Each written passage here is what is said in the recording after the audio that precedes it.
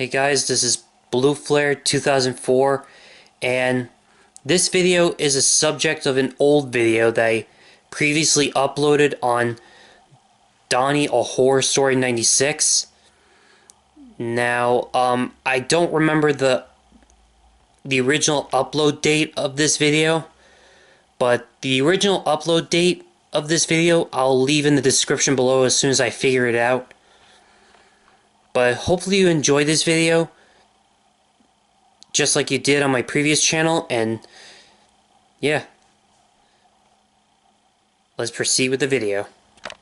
Hey guys, this is Donnie a Horror Story 96, and for this video I'm gonna do a creepypasta reading on one of the most popular creepypastas that I've heard of in the past, and I've seen parodies and animated videos of Jeff the Killer on several YouTube videos and stuff.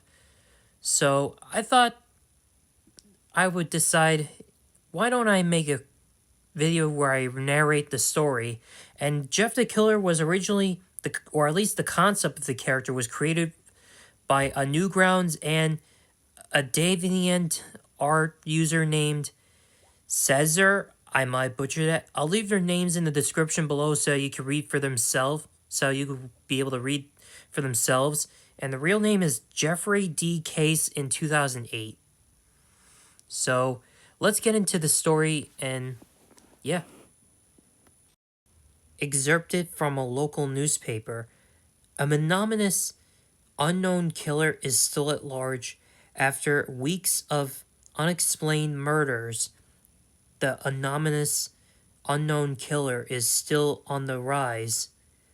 After little evidence has been found, a young boy states that he survived one of the killer's attacks and bravely tells his story. I had a bad dream, and I woke up in the middle of the night, and says the boy, I saw that for some reason the window was open, even though I've remembered it being closed before I went to bed. I got up and shut it once more. Afterwards, I simply crawled under my covers and tried to get back to sleep. That's when I had a strange feeling like someone was watching me. I looked up and nearly jumped out of my bed. There, in the little ray of light illuminating from between my curtains, were a pair of two eyes. These weren't regular eyes. They were dark, ominous eyes. They were bordered in black and just plain out terrified me. That's when I saw his mouth, a long, horrendous smile that made every hair on my body stand up. That figure stood there, watching me. Finally, after what seemed like forever, he said it, a simple phrase, but said in a way only a madman could speak. He said, "Go to sleep." I let out a scream.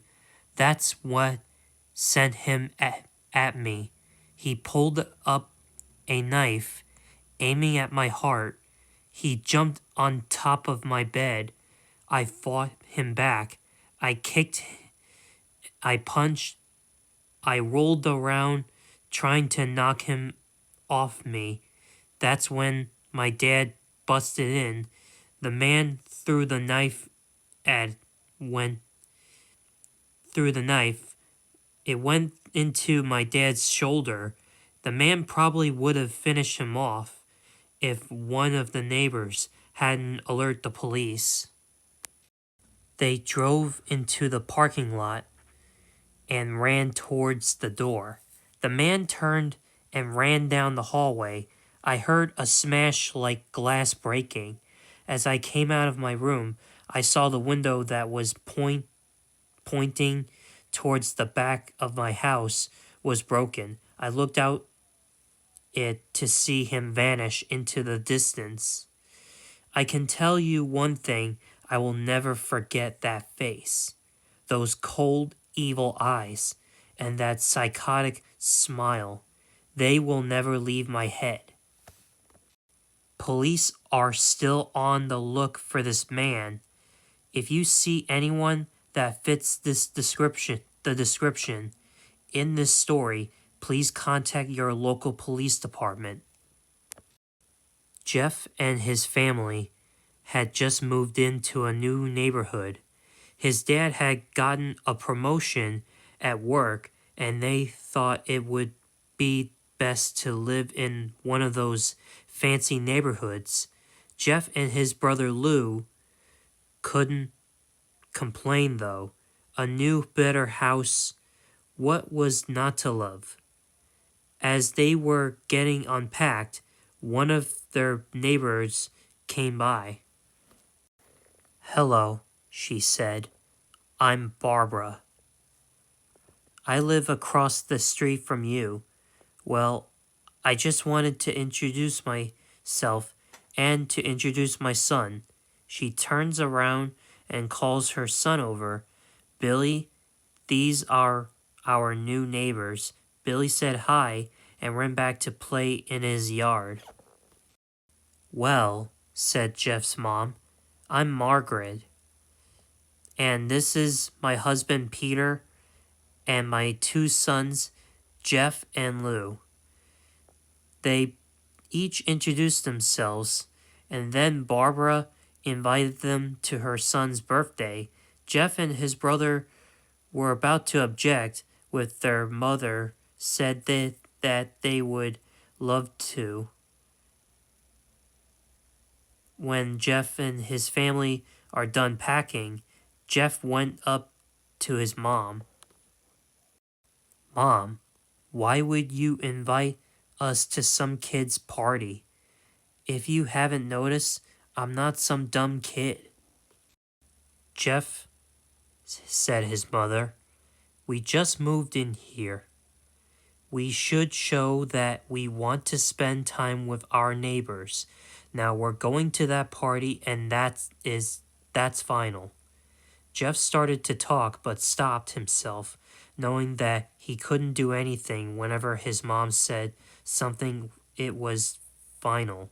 He walked up to his room and plopped down on his bed.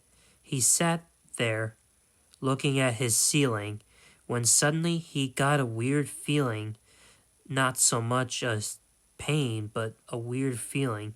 He dismissed it as just some random feeling. He heard his mother call him down to get his stuff, and he walked down to get it.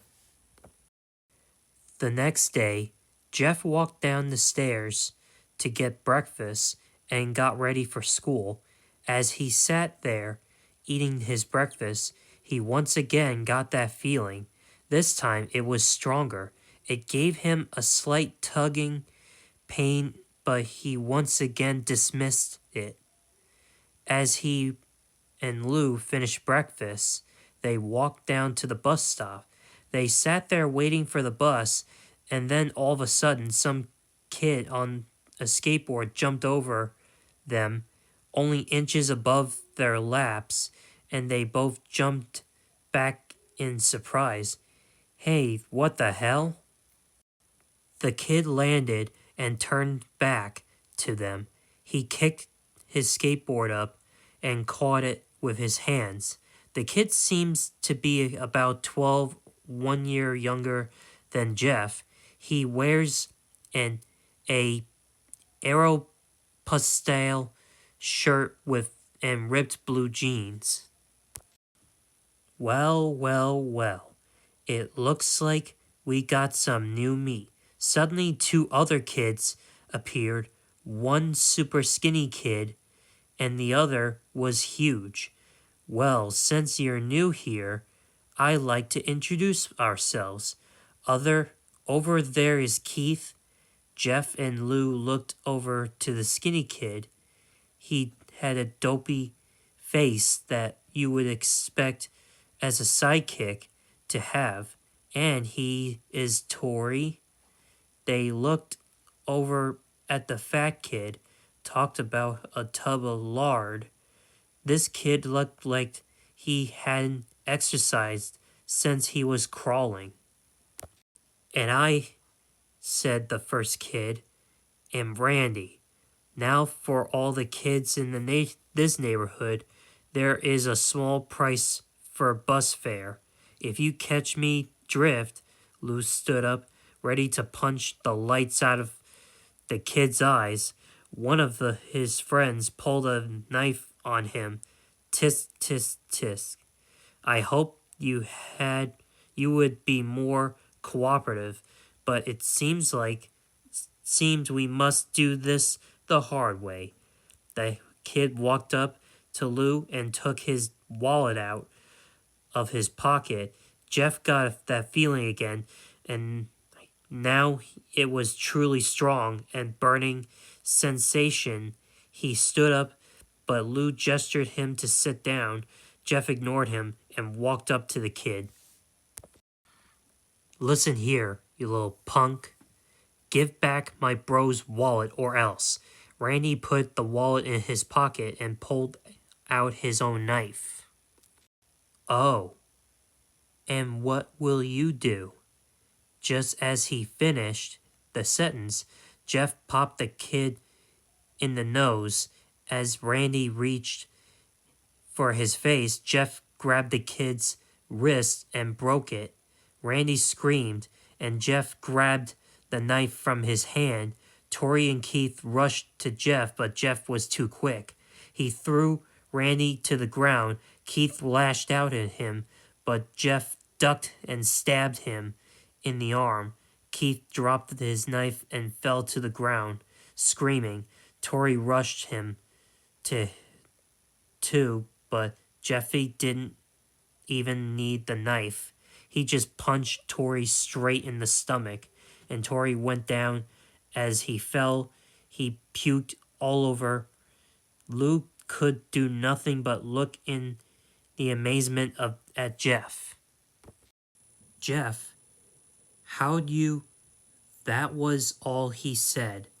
They saw the bus coming and knew they'd be blamed for the whole thing, so they started running as fast as they could.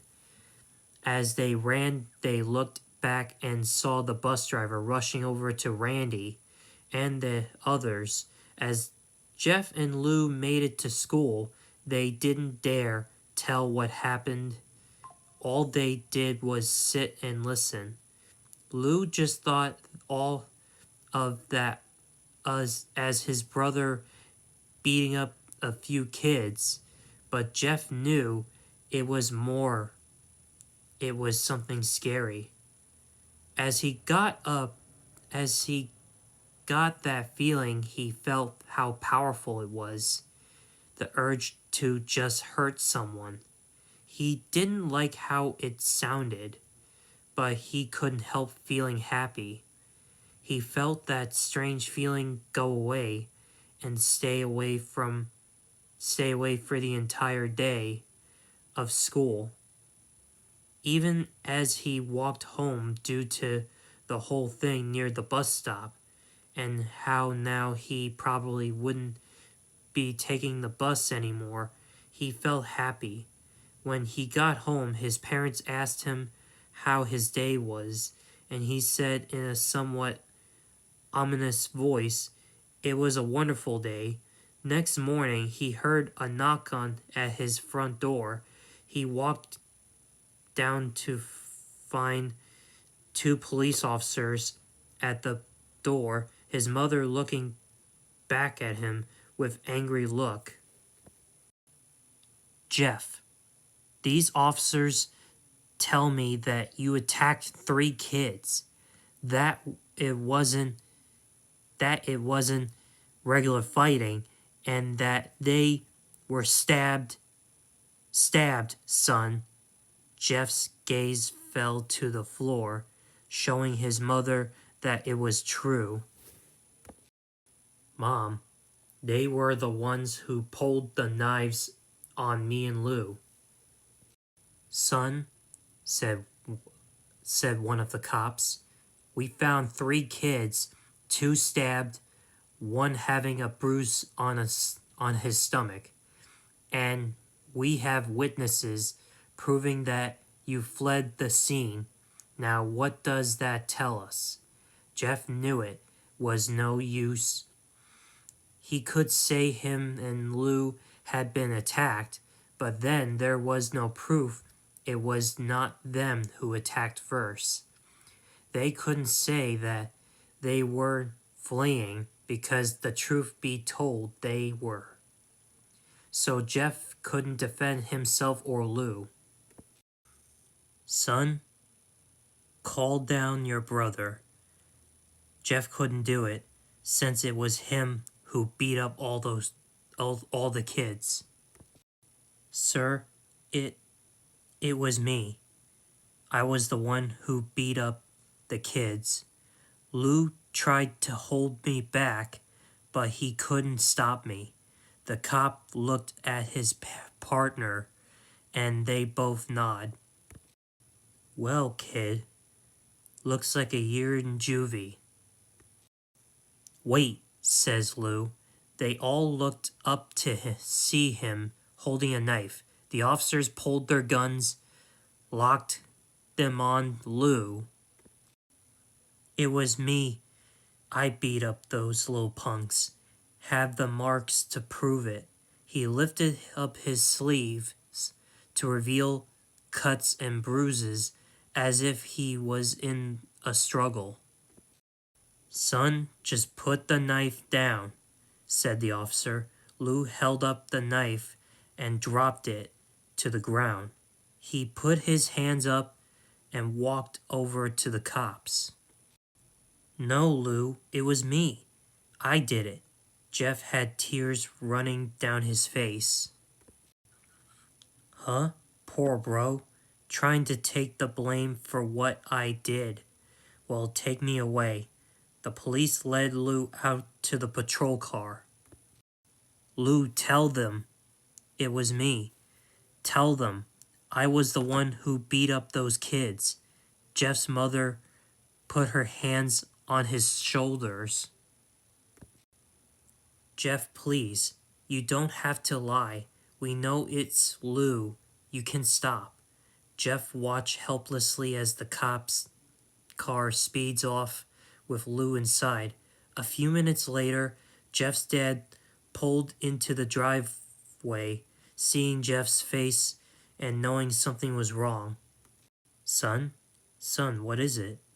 Jeff couldn't answer. His vocal cords were strained from crying. Instead, Jeff's mother walked his father inside to break the bad news to him. As Jeff wept in the driveway, after an hour or so, Jeff walked back into the house, seeing that his parents were both shocked and sad and disappointed. He couldn't look at them. He couldn't see how they thought of Lou when it was his fault. He just went to sleep, trying to get the whole thing off his mind. 2 days went by with no word from Lou at the JDC. No friends to hang out with, nothing but sadness and guilt. That is until Saturday, when Jeff is woke up by his mother with a happy, sunshiny face. "Jeff, it's the day," she said as she opened up the curtains and let light flood into his room. What's today?" asked Jeff as he stirs awake. "Why, it's Billy's party." He was now fully awake. "Mom, you're joking, right? You don't expect me to go to some kid's party after..." There was a long pause. "Jeff, we both know what happened. I think this party could be the thing that brightens up the past days. Now get dressed." Jeff's mother walked out of the room, and downstairs to get ready herself. He fought himself to get up. He picked out a random shirt and a pair of jeans and walked downstairs. He saw his mother and father all dressed up, his mother in a dress and his father in a suit. He thought why they would ever wear such fancy clothes to a kid's party. Son, is that all you're going to wear? Said Jeff's mom. Better than wearing too much, he said. His mother pushed down the feeling to yell at him and hid it with a smile. Now, Jeff, we may be overdressed, but this is how you go if you want to make an impression, said his father. Jeff grunted and went back up to his room. I don't have any fancy clothes, he yelled downstairs. Just pick out something, he called his mother. He looked around in his closet for what he would call fancy. He found a pair of black dress pants he had for special occasions, and an undershirt. He couldn't find a shirt to go with it, though he looked around and found only striped and patterned shirts, none of which go with this dress pants. Finally, he found a white hoodie and put it on. You're wearing that? They both said. His mother looked at her watch. Oh, no time to change. Let's just go, she said as she heard Jeff and his father out the door. They crossed the street over to Barbara and Billy's house. They knocked on the door, and it appeared that Barbara, just like his parents, way overdressed. As they walked inside, all Jeff could see were adults, no kids. The kids are out in the yard. Jeff, how about you go and meet some of them, said Barbara. Jeff walked outside to a yard full of kids. They were running around in weird cowboy costumes and shooting each other with plastic guns. He might as well be standing in a Toys R Us. Suddenly, a kid came up to him and handed him a toy gun and a hat. Hey, wanna play? He said. No, kid. I'm way too old for this stuff. The kid looked at him with that weird puppy dog face. Please, said the kid. Fine, said Jeff. He put on the hat and started to pretend shoot at the kids. At first he thought it was totally ridiculous, but then he started to actually have fun. It might not have been super cool, but it was the first time he has done something that took his mind off of Lou, so he played with the kids for a while until he heard a noise, a weird rolling noise that it hit him. Randy, Troy, and Keith all jumped over the fence on their skateboards. Jeff dropped the fake gun and ripped off the hat. Randy looked at Jeff with a burning hatred. Hello, Jeff, is it? He said. We have some unfinished business.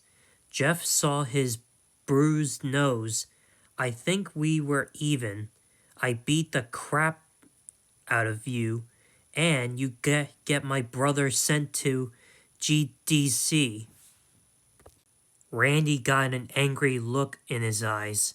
Oh no, I don't go for even. I go for winning. You may have kicked our asses that one day, but not today. As he said, that Randy rushed at Jeff. They both fell to the ground. Randy punched Jeff in the nose, and Jeff grabbed him by the ears head butted him. Jeff pushed Randy off of him, and both rose to their feet. Kids were screaming, and parents were running out of the house. Troy and Keith were both pulled guns out of their pockets. No one interrupts or guts will fly, they said. Randy pulled a knife on Jeff and stabbed it into his shoulder. Jeff screamed and fell to his knees. Randy started kicking him in the face. After 3 kicks, Jeff grabs his foot and twists it, causing Randy to fall to the ground. Jeff stood up and walked towards the back door. Troy grabbed him. Need some help? He picks Jeff up by the back of the collar and throws him through the patio door. As Jeff tries to stand, he is kicked down to the ground. Randy repeatedly starts kicking Jeff until he starts cough up blood. Come on, Jeff, fight me. He picks Jeff up and throws him into the kitchen. Randy sees a bottle of vodka on the counter and smashes the glass over Jeff's head. Fight! He throws Jeff back into the living room. Come on, Jeff. Look at me. Jeff glances up, his face riddled with blood. I was the one who got your brother sent to GDC, and now you're just gonna sit here and let him rot in there for a whole year. You should be ashamed. Jeff started to get up. Oh, finally, you stand and fight? Jeff is now to his feet, blood and vodka on his face. Once again, he gets that strange feeling, the one in which he hasn't felt for a while. Finally, he's up, says Randy. As he runs at Jeff, that's when it happens. Something inside Jeff snaps. His psychic is destroyed. All rational thinking is gone. All he can do is kill. He grabs Randy and pile drives him to the ground.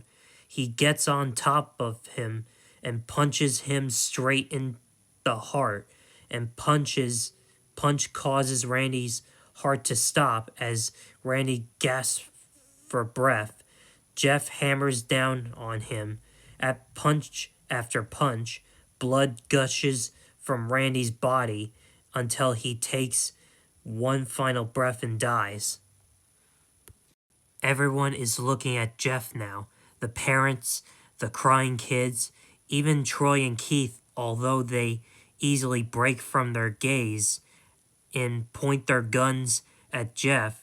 Jeff sees the guns trained on him and runs for the stairs. As he runs, Troy and Keith let out fire on him. Each shot missing. Jeff runs up the stairs. He hears Troy and Keith follow up behind as they let out their final rounds of bullets. Jeff ducks into the bathroom. He grabs the towel rack and rips it off the wall. Troy and Keith race in, knives ready. Troy swings his knife at Jeff, who backs away and bangs the towel rack onto Troy's face. Troy goes down hard, and now all that's left is Keith. He is more aligned than Troy, although and ducks when Jeff swings the towel rack. He dropped the knife and grabbed Jeff by the neck. He pushed him into the wall. A thing of bleach fell down on top of him from the top of shelf. It burnt both of them, and they both started to scream. Jeff wiped his eyes as best as he could. He pulled the towel rack and swung it straight into Keith's head as he laid there bleeding to death. He let out an ominous smile. "What's so funny?" asked Jeff. Keith pulled out a lighter and switched it on. "What's funny," he said, "is that you're covered in bleach and alcohol." Jeff's eyes widened as Keith threw the lighter at him. As soon as the flame made contact with him, the flames ignited the alcohol and in the vodka. While the alcohol burned him, the bleach bleached his skin. Jeff let out a terrible screech as he caught on fire. He tried to roll out the fire, but it was no use. The alcohol had made him a walking inferno. He ran down the hall and fell down the stairs. Everybody started to screaming as they saw Jeff, now a man on fire, drop to the ground nearly dead. The last thing Jeff saw was his mother and the other parents trying to extinguish the flame. That's when he passed out. When Jeff woke, he had a cast wrapped around his face. He couldn't see anything, but he felt a cast on his shoulder and stitches all around his body. He tried to stand up, but he realized that there was some tube in his arm, and when he tried to get up, it fell out, and a nurse rushed in. "I don't think you can get out of bed just yet," she said, as she put him back in his bed and reinserted the tube. Jeff sat there with no vision, no idea of what his surroundings were. Finally, after hours, he heard his mother. "Honey, are you okay?" she asked. Jeff couldn't answer, though. His face was covered and he was unable to speak. "Oh, honey, I have great news. After all the witnesses told the police that Randy confessed of trying to attack you, they decided to let Lou go." This made Jeff almost bolt up, stopping halfway, remembering the tube coming out of his arm. "He'll be out by tomorrow, and then you two will be able to be together again." Jeff's mother hugs Jeff and says her goodbyes. The next couple of weeks were those where Jeff was visited by his family. Then came the day where his bandages were to be removed. His family were all there to see it, what he would look like. As the doctors unwrapped the bandages from Jeff's face, everyone was on the edge of their seats. They waited until the last bandage hold the cover over his face was almost removed. "Let's hope for the best," said the doctor. He quickly pulls the cloth, letting the rest fall from Jeff's face. Jeff's mother screams at the sight of his face. Lou and Jeff's dad stared awe we struck at his face. What? What happened to my face?" Jeff said. He rushed out of the bed and ran to the bathroom. He looked in the mirror and saw the cause of the distress. His face, it's horrible. His lips were burnt to a deep shade of red. His face was turned into a pure white color, and his hair singed from brown to black. He slowly put his hand to his face. It had sort of leathery feel to it now. He looked back at his family, then back at the mirror. Jeff said, "Lou, it's not that bad." "Not that bad," said Jeff. "It's perfect." His family were equally surprised. Jeff started laughing uncontrollably. His parents noticed that his left eye and his hand were twitching. Jeff, are you okay?" "Okay? I've never felt more happy." "Ha ha ha ha ha ha ha. Ah, look at me. This face goes perfectly with me." He couldn't stop laughing. He stroked his face, feeling it, looking at it in the mirror. What caused this?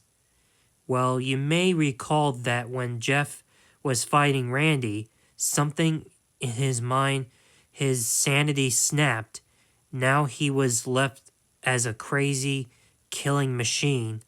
That is, his parents didn't know. Doctor said Jeff's mom, "Is my son all right, in the head?" "Oh, yes. This behavior is typical for patients that have taken very large amounts of painkillers.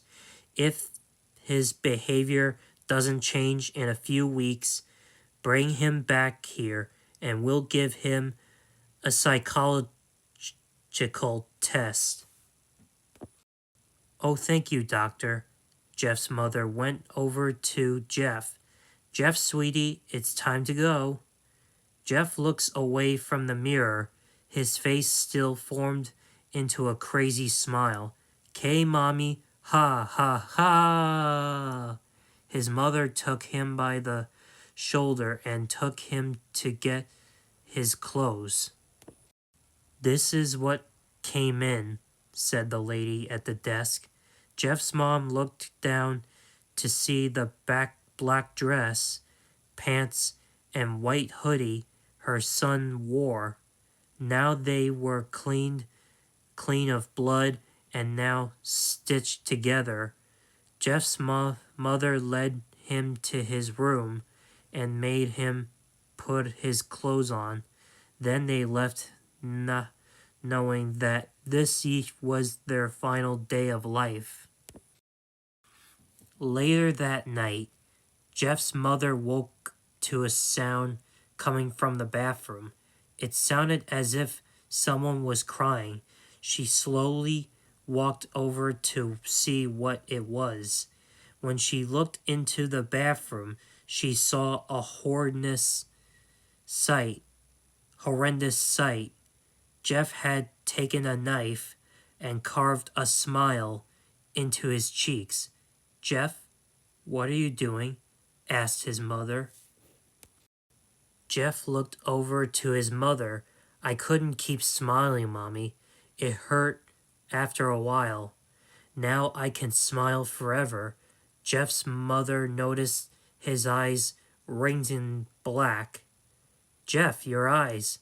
His eyes were seemingly never closing. "I couldn't see my face. I got tired and my eyes started to close. I burned out the eyelids so I could forever see myself, my new face." Jeff's mother slowly started to back away, seeing that her son was going insane. "What's wrong, Mommy? Aren't I beautiful?" "Yes, son," she said. "Yes, you are. Let me go get Daddy so he can see your new face." She ran into the room and shook Jeff's dad from his sleep. Honey, get the gun. She stopped, and as she saw Jeff in the doorway holding a knife.